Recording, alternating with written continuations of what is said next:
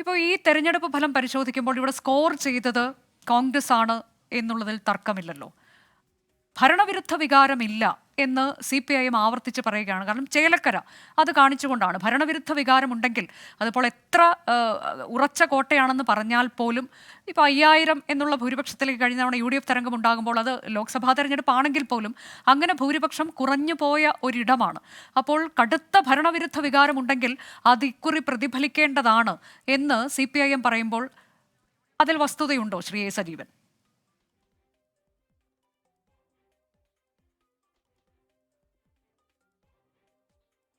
പോകുന്നൊരവസ്ഥ ഉണ്ടാകുന്നു.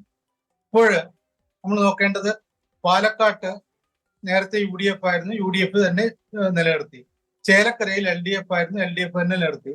വയനാടിന്റെ കാര്യവും പറയണ്ടല്ലോ, കോൺഗ്രസിന്റെ തുടക്കം മുതൽ തന്നെ കോൺഗ്രസിന്റെ മണ്ഡലമാണ്.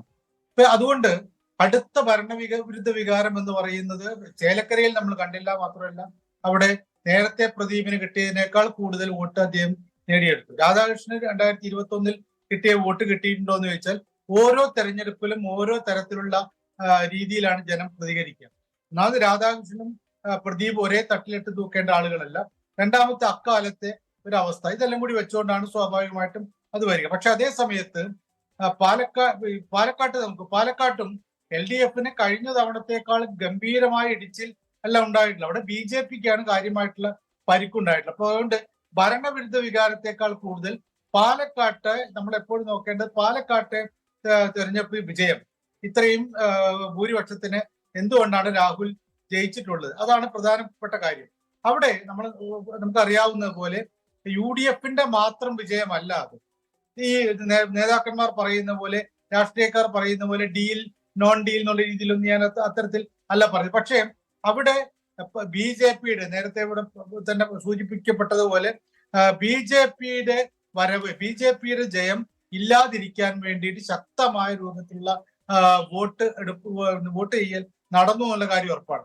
അത് SDPI ഉൾപ്പെടെ UDFനേക്കാൾ കൂടുതൽ തീവ്രതയോട് കൂടിയിട്ട് പ്രചരണ രംഗത്തും വോട്ട് ചെയ്യലിലും ജയിച്ചു കഴിഞ്ഞപ്പോഴുള്ള ആവേശ പ്രകടനത്തിലൊക്കെ SDPI ഉണ്ടായിരുന്നു. അതേപോലെ അവരെ പോലെ പ്രകടമായിട്ട് രംഗത്ത് കാണിച്ചിട്ട് വന്നിട്ടില്ലെങ്കിൽ പോലും ജമാഅത്തെ ഇസ്ലാമി ഉണ്ടായിരുന്നു. അപ്പൊ ജമാഅത്തെ ഇസ്ലാമിയുടെ വോട്ട്, SDPIയുടെ വോട്ട് ഉൾപ്പെടെ എല്ലാം UDFന് അനുകൂലമായിട്ട് പോയിട്ടുണ്ട്. വെറും UDF വോട്ടല്ല. ഷാഫി പറമ്പിലിനോടുള്ള താല്പര്യം, കോൺഗ്രസിനോടുള്ള താല്പര്യം, അല്ലെങ്കിൽ രാഹുലിനോടുള്ള താല്പര്യം, അത് വെച്ചുകൊണ്ട് മാത്രം ഉണ്ടായ വോട്ടല്ല. പിന്നെ BJP വോട്ടുകൾ കുറെ പോയിട്ടുണ്ട്. അതൊരിക്കൽ പോലും സന്ദീപ് വാര്യരോടൊപ്പം ഒഴുകിപ്പോയി എന്ന് ഞാൻ വിചാരിക്കുന്നില്ല. അതിനേക്കാൾ കൂടുതൽ സുരേന്ദ്രനും ശോഭാ സുരേന്ദ്രനും തമ്മിലുള്ള ഇരിപ്പ് വശം നമുക്ക് എല്ലാവർക്കും അറിയാം. ശോഭാ സുരേന്ദ്രനെ സ്ഥാനാർത്ഥിയാക്കണം. ഇപ്പോൾ തന്നെ ശിവരാജനൊക്കെ പ്രതികരിച്ച പോലെ ശോഭാ സുരേന്ദ്രനെ സ്ഥാനാർത്ഥിയാക്കണം എന്നുള്ള ആവശ്യം അവിടെ ഉണ്ടായിരുന്നു. ശോഭാ സുരേന്ദ്രന് വേണ്ടി ചുവരെടുത്ത് നടന്നിരുന്നു. ഇങ്ങനെയൊക്കെ ഉള്ള സമയത്താണ് ഈ ഒരു സ്ഥാനാർത്ഥിയെ മാറ്റിയിട്ട് വീണ്ടും സുരേന്ദ്രന്റെ താല്പര്യം അവിടെ വരുന്നത്.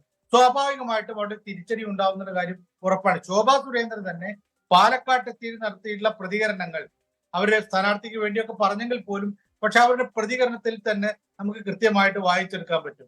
ആ BJP വോട്ട് ഡീലിന്റെ ഭാഗമല്ലാതെ തന്നെ കുറെ അപ്പുറത്തേക്ക് പോയി. കാരണം അത് BJP സ്ഥാനാർത്ഥിയെ തോൽപ്പിക്കുക, അല്ലെങ്കിൽ BJP സ്ഥാനാർത്ഥിയെ നിയോഗിച്ച നേതാവിനെ തോൽപ്പിക്കുക എന്നുള്ളൊരു വാശി അവിടെ കുറെ പേർക്ക് ഉണ്ടായിരുന്നുള്ള കാര്യത്തിൽ എനിക്ക് സംശയമില്ല. അപ്പൊ ഈ മൂന്ന് ഘടകങ്ങൾ, അതായത് UDF എല്ലാവരും ഒറ്റക്കെട്ടായിട്ട് രാഹുൽ മാങ്കൂട്ടത്തിന് വേണ്ടിയിട്ട്, ഷാഫി പറമ്പിൽ മാത്രമല്ല എല്ലാവരും, K മുരളീധരൻ ഉൾപ്പെടെ അവിടെ വന്ന് ഒറ്റക്കെട്ടായിട്ട് പ്രചരണം നടത്തിയുള്ള കാര്യം ഒന്ന്.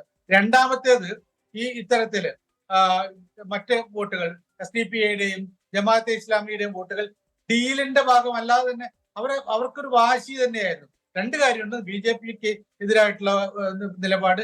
രണ്ടാമത്തത്, ഞങ്ങൾക്ക് ഇവരായിട്ടൊരു ബന്ധമില്ല, SDPIയുമായിട്ടും ജമാഅത്തെ ഇസ്ലാമിയും ആയിട്ട് ബന്ധമില്ല, അവരുടെ വോട്ടേ വേണ്ട എന്ന് പറയുമ്പോൾ അതിനെതിരെയുള്ള ഒരു വികാരമുണ്ട്.